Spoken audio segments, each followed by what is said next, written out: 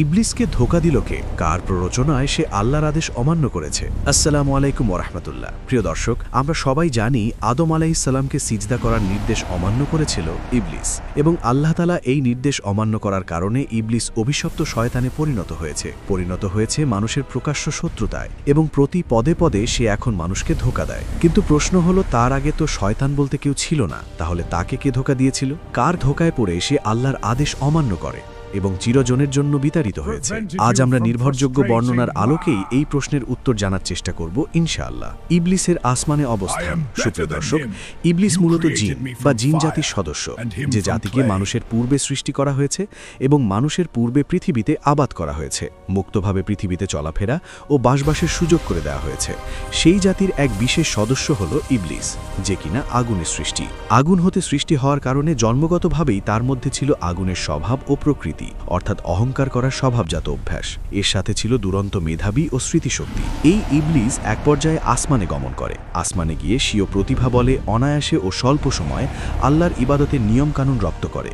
দীর্ঘ 1000 বছর প্রথম আসমানে আল্লাহর ইবাদত করার কারণে সে খাসে বা বিনম্র ইবাদতকারী উপাধি লাভ করে। এরপর দ্বিতীয় আসমানে পৌঁছে যায়।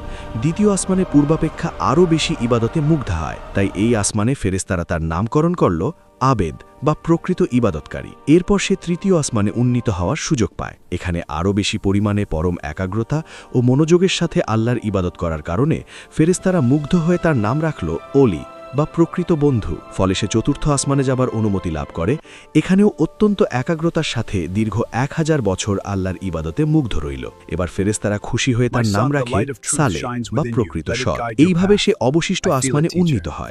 প্রত্যেক আসমানে 1000 বছর করে ইবাদত করল। এক পর্যায়ে সকলের সন্তুষ্টির ফলে সে সপ্তম আসমানে উপনীত হয়। সর্বোপরি সে এত বেশি জ্ঞান অর্জন করল এবং এত পরিমাণে ইবাদত করল যে 7 আসমান ও জমিনের এমন একটি স্থান বাকি থাকল না যেখানে ইবলিসের সিজদা পড়েনি। মানুষের সৃষ্টির সূচনা। জ্ঞান ও ইবাদতে যখন আগুন হতে সৃষ্ট জিনজাতির সর্দারের এই অবস্থান, তখন আল্লাহ রাব্বুল আলামিন মাটি হতে আদম বা মানুষ সৃষ্টির ইচ্ছা করেন। আদম আলাইহিস সালামকে সৃষ্টির জন্যে আল্লাহ তাআলা সকল প্রকার মাটির নির্যাস সমৃদ্ধ সর্বোত্তম মাটি, এঁটেল মাটি সংগ্রহ করেন। প্রথমে সেই কাদা মাটি দ্বারা আল্লাহ তাআলা আদম আলাইহিস সালামের অবয়ব নির্মাণ করেন।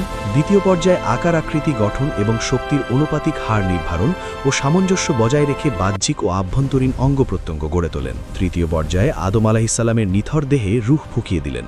যখনই আল্লাহ তাআলা রূহ ফুঁকিয়ে দিলেন, তখনই নিতান্ত সাধারণ এই মাটির দেহ জীবন্ত হয়ে উঠল। সর্বোত্তম অবয়বে আদম আলাইহিস সালামের সৃষ্টি পূর্ণাঙ্গ হল। তাই তো আল্লাহ তাআলা পবিত্র কোরআনে বলছেন, নিশ্চয়ই আমি মানুষকে সবচেয়ে উত্তম ও সুন্দরতম আকৃতিতে সৃষ্টি করেছি। মানুষের জ্ঞান অর্জন। আদম আলাহিকে পরিপূর্ণরূপে সৃষ্টি করার পর আল্লাহ তাআলা তাকে প্রয়োজনীয় সকল বিষয়ের জ্ঞান দান করেন। তাকে আল্লাহ তাআলা এমন এমন বিষয়ে জ্ঞান দান করেন যে সে বিষয়ে ফেরেশতাদের কোনো ধারণাই ছিল না। এভাবে মাটির মানুষ তথা আদম আলাইহ সরাসরি আল্লাহর তত্ত্বাবধানে জ্ঞান অর্জন করেন। প্রখ্যাত মুফাসসির ইবনে কাসির রাহমাতুল্লাহ আলাইহির মতে, আল্লাহ তাআলা আদম আলাইহকে পৃথিবীর সূর্য থেকে কিয়ামত পর্যন্ত ছোট বড় সকল সৃষ্ট বস্তুর নাম ও তা ব্যবহারের জ্ঞান শিক্ষা দিয়েছেন, যেন মানুষ সকল সৃষ্ট বস্তুকে নিজেদের অনুগত করতে পারে এবং তা থেকে উপকার অর্জন করতে পারে। যদিও আল্লাহর অসীম জ্ঞানের তুলনায় মানবজাতির সম্মিলিত জ্ঞান মহাসাগরের অতই জলরাশির বুকে এক ফোঁটা পানির সমতুল্য মাত্র, তবু বলা যায় আদম আলাইহকে দেওয়া সেই যোগ্যতা ও জ্ঞান যুগে যুগে তার জ্ঞানী ও বিজ্ঞানী সন্তানদের মাধ্যমে প্রকাশিত হচ্ছে, আবিষ্কৃত হচ্ছে, এবং এইসব আবিষ্কারের মাধ্যমে মানুষ উপকৃত হচ্ছে। ফেরেশতাদের উপর শ্রেষ্ঠত্ব লাভ। আদম আলাইহ যেহেতু সরাসরি আল্লাহর তত্ত্বাবধানের শিক্ষা লাভ করেছেন, তাই তার জ্ঞান ও প্রজ্ঞা ছিল অনন্য। ফলে আদম আলাইহ সাধারণ মাটি তৈরি হয়েও নূরে তৈরি ফেরেশতা এবং আগুনের তৈরি জিনদের চেয়ে উচ্চ মর্যাদা লাভ করেন। অর্থাৎ আল্লাহ চেয়েছিলেন জিন ও ফেরেশতা উভয় সম্প্রদায়ের উপর আদম আলাইহ তথা মানুষের শ্রেষ্ঠত্বা প্রমাণিত হোক। বাস্তবে সেটাই হয়েছে। ফলে পরীক্ষার মাধ্যমে যখন আদম আলাইহ ফেরেশতাগণের চেয়ে উত্তম প্রমাণিত হলেন, তখন আল্লাহর আদেশের সকল ফেরেশতা আদম আলাইহকে সম্মান জানিয়ে সেজদা করে। সকল ফেরেশতা আদম আলাইহের প্রতি সর্বোচ্চ সম্মান প্রদর্শন করে তাকে সেজদা করে। কিন্তু সকল ফেরেশতা মাটি হতে সৃষ্ট আদমকে সেজদা করলেও জিন জাতির সর্দার ইবলিস আদম আলাইহের শ্রেষ্ঠত্বা মেনে নিতে অস্বীকার করে। সে তখন সেজদা করার থেকে বিরত থাকে। তখন আল্লাহ বলেন, তুই বের হয়ে যা, কারণ তুই অভিশপ্ত। তোর উপর পুনরুত্থান দিবস পর্যন্ত আমার অভিশাপ রইল। যে মুহূর্তে ইবলিস মানুষের শ্রেষ্ঠত্ব মেনে নিতে অস্বীকার করে, সেই মুহূর্ত থেকেই সে মূলত মানুষের চিরশত্রুতে পরিণত হয়েছে।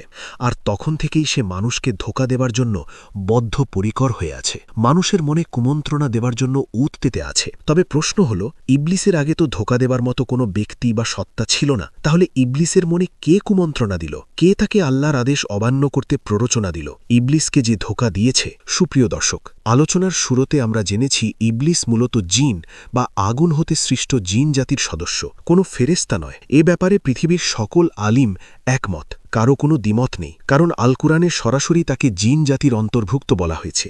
আর জিন অথবা মানুষ যে কেউ নিজের নফসের কুমন্ত্রণায় পড়তে পারে। যেমন পবিত্র কোরআনে সার্ধ হচ্ছে, বলুন, আমি আশ্রয় চাই মানুষের পালনকর্তার কাছে কুমন্ত্রণা দানকারীর অনিষ্ট থেকে, যা আত্মগোপনে থাকে, যা মানুষের অন্তরে কুমন্ত্রণা দেয়, জিনদের মধ্যে থেকে এবং মানুষের মধ্যে থেকে। আমি মানুষ সৃষ্টি করেছি এবং তার মন যে মন্দ চিন্তা করে সে সম্বন্ধেও আমি অবগত আছি।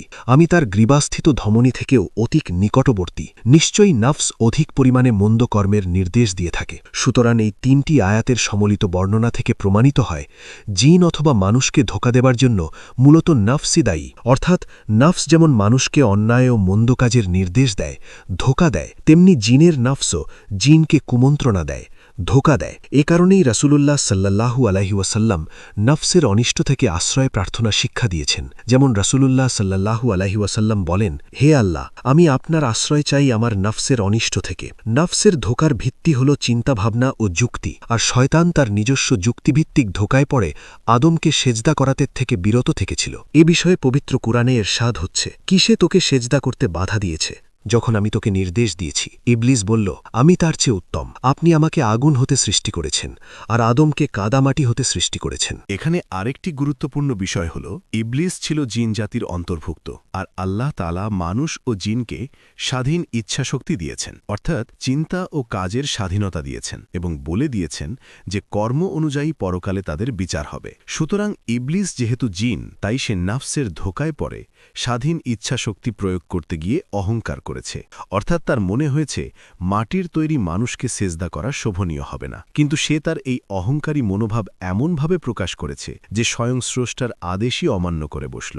মোট কথা, ইবলিসকে ধোঁকা দেবার জন্য পূর্ব থেকে কোনো শয়তানের অস্তিত্ব থাকার প্রয়োজন ছিল না, বরং তার মধ্যেকার নফসই তাকে ধোঁকা দেবার জন্য যথেষ্টই ছিল। আর এই নফসের ধোঁকা ও প্রতারণায় পড়ে সে আল্লাহের আদেশ অমান্য করে। প্রিয় দর্শক, সবে মনে রাখা দরকার, স্বাধীনতা মানে স্বেচ্ছাচারিতা নয়। আল্লাহ তাআলা বলেন, আমি তাকে করেছি শ্রবণ ও দৃষ্টিশক্তি সম্পন্ন।